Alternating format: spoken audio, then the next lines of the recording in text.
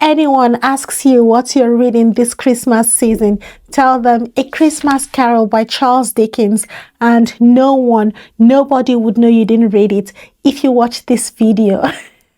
All right, let's settle in for this one because I think A Christmas Carol deserves to be told slowly, warmly, almost like you're sitting by a fire with a mug of something hot in your hands.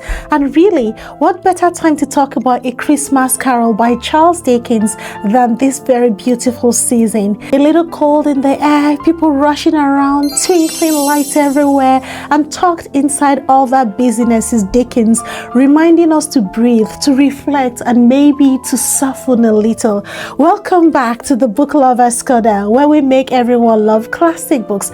I am Onaimi, and today we're stepping into the snowy candlelit world of A Christmas Carol, a story about ghosts, yes, but really is a story about the human heart. Let's start with the man at the center of everything. Ebenezer Scrooge is one of those characters everyone thinks they know. People imagine this stiff, cold, miserable old man with permanent wrinkles and a voice coated in vinegar.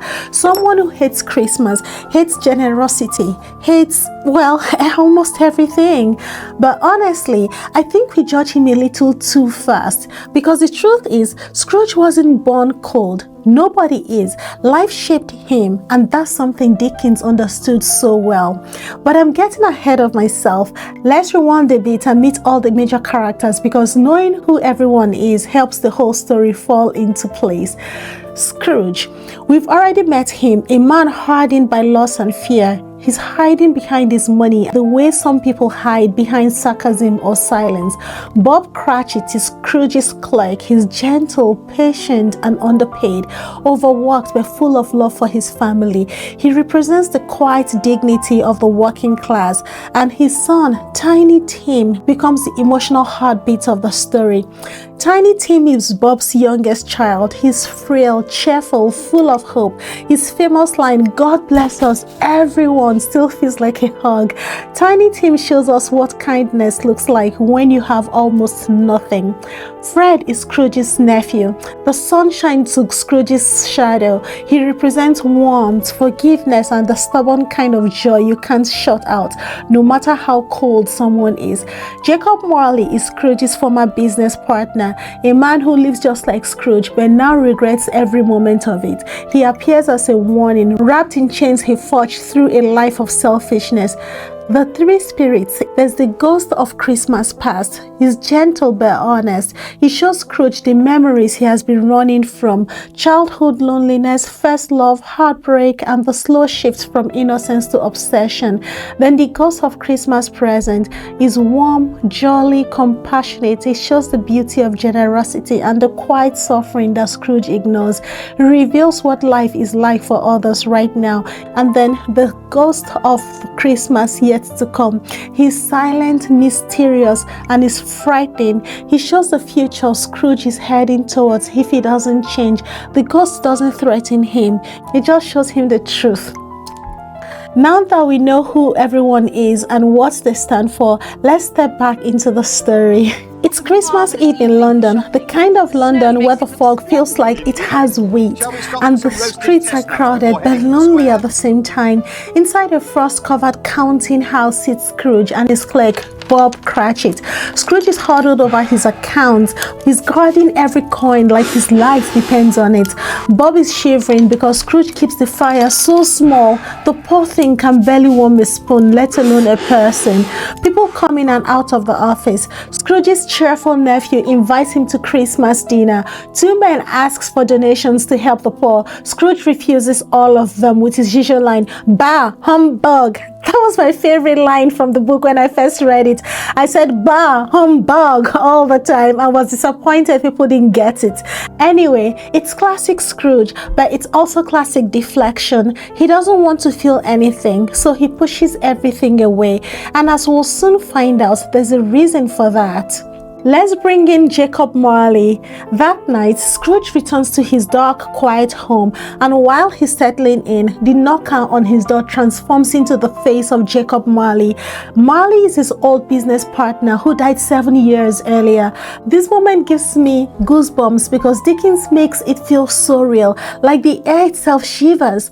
Marley appears in chains, heavy ones, chains built from years of greed and selfishness, the kind of chains you don't feel while you're alive, but once you're gone, you carry the full weight.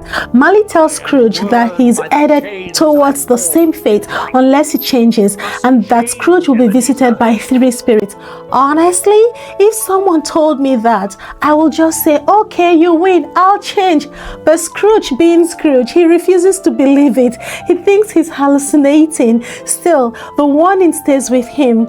And then the first ghost, the ghost of Christmas past, comes in. The first spirit takes Scrooge back to his childhood, and this is where the story starts breaking your heart a little. We see Scrooge as a lonely boy sitting in a cold school, left behind year after year because his father never came to get him, and suddenly you understand him. Loneliness ages people before their time. It teaches them to rely only on themselves, to guard their hearts. Then we see a happier moment, his sister Fan coming to bring him home. She's warm, full of love, a bright spot in his life, but she dies young, leaving behind a son, the same nephew Scrooge keeps rejecting. We move on to his early adulthood, where Scrooge is training under Mr. Fezziwig, the kindest, happiest man you can ever imagine. Scrooge dances, he laughs, he enjoys the world, he looks alive. Then we see the moment everything shifts. His sweetheart Belle breaks off their engagement because Scrooge has become too consumed by money. It is subtle, quiet heartbreak. She tells him he's changed and she lets him go. Watching this, Scrooge begins to crumble, and so do we, because for the first time we're not laughing at his grumpiness, we're seeing the world underneath it. And then the ghost of Christmas present comes in. This spirit is the complete opposite. He's warm, joyful, glowing with abundance, and he brings Scrooge into people's homes where people celebrate Christmas even with very little. We follow the Cratchit family, Bob's family. They don't have much, but goodness, they have love. Mrs. Cratchit is bustling around the kitchen. The children are giggling, and Tiny Tim, his sweet, gentle Tiny Tim, is sitting with his crutch. Their dinner is small, but their gratitude is huge. And here's the part that always gets me. Bob Cratchit raises a toast to Scrooge, calling him the founder of the feast. Despite the cold, the low salary, the stress, Bob still chooses kindness. Scrooge sees all of this and begins to soften, even ask if Tiny Tim will survive. The ghost tells him something that shakes him to his core. He says, I see a vacant seat and a crutch without an owner. And right there, Scrooge realizes that his coldness doesn't just affect only him. It trickles into the lives of others. The ghost of Christmas yet to come was the last to come in. This spirit doesn't speak. Not one word, and that silence is louder than any lecture. He shows Scrooge a future where a man dies. People only talk about this death with greed or indifference. Nobody mourns, nobody cares. And when Scrooge finally asks who this lonely man is, the spirit points to a gravestone. Scrooge wipes it clean and sees his name. This is the moment everything breaks open. He falls to his knees. He pleads. He promises, not out of fear alone, but out of a deep longing to be better, to not leave the world colder than he found it. And honestly, who hasn't felt that? That desire to rewrite your own ending, to live a life you wouldn't be ashamed to look back to. And then Scrooge wakes up in his bed and realizes he's alive. The future hasn't happened yet. He gets another chance. He joyfully shouts to himself, I am as light as a feather. I am as happy as an angel. I am as merry as a school Oh boy, I am as giddy as a drunken man. He then ran to the window, giddy with happiness, to find out the date. He asks a boy, he says, what's today? And he's very happy when the boy says, why? Christmas Day. He laughs for the first time in years. He buys the biggest turkey for the Cratchit family.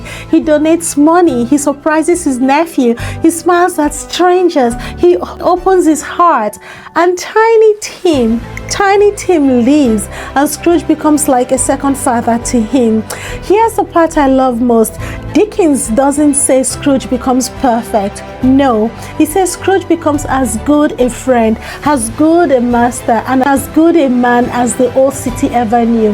Not perfect, just good. And maybe that's the point of this whole story. You don't need to transform into an angel overnight. Just soften, just try, just open your heart a little, especially during a season that is built on generosity, togetherness, and hope. A Christmas Carol isn't just about ghosts. It's about remembering that people can change, that compassion is powerful, and that no one is too far gone to rediscover their kindness. If Scrooge can find joy again, we all can.